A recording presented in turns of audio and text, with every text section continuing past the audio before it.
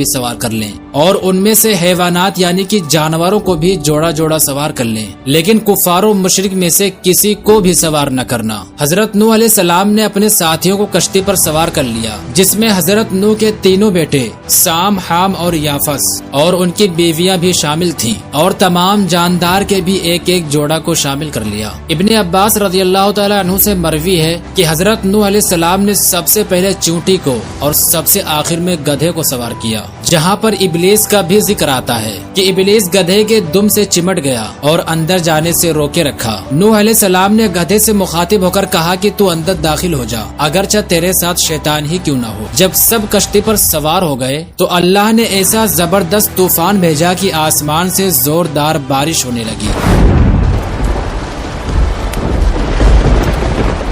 اور زمین سے بھی پانی ابلنے لگا، اور چند لمحات کے اندر ہی پانی اتنا زیادہ ہو گیا کہ کشتی تیرنے لگی۔ نوح علیہ السلام کا ایک اور بیٹا تھا جس کا نام تھا یام، جو اپنے لقب کنعان کے نام سے جانا جاتا ہے، بٹ انفارچونیٹلی وہ کافر و مشرک تھا۔ نوح علیہ السلام نے اسے بہت سمجھایا کہ بیٹا کافروں کے ساتھ چھوڑ کر ہمارے ساتھ آ جاؤ، لیکن کنعان نے آپ کو جھوٹا سمجھ کر آنے سے انکار کر دیا اور کہا کہ میں کسی اونچے پہاڑ پر چلا جاؤں گا، وہ مجھے پانی سے بچا لے گا۔ آپ نے اسے بتایا بھی کہ اس عذاب سے کوئی بچنے والا نہیں، پھر بھی وہ اپنے کفر پر ڈٹا رہا۔ اس کے بعد آسمان سے زوردار بارش اور زمین سے فوارے نکلنے پر زمین پر بہت سا پانی اکٹھا ہو گیا۔ بعض روایت میں آتا ہے کہ پانی اتنے شدید لہروں سے بہا کہ اس کا پانی پہاڑوں سے بھی 15 گز اونچا بلند ہو گیا، جس میں تمام کافر ہلاک ہو گئے، سارے ڈوب گئے۔ لیکن روایت میں آتا ہے کہ ایک لمبا شخص تھا جس کا نام عوج بن انق تھا، جو 90 مردوں سے بھی زیادہ اونچا اور طاقتور تھا۔ اس وقت وہ نیک تھا،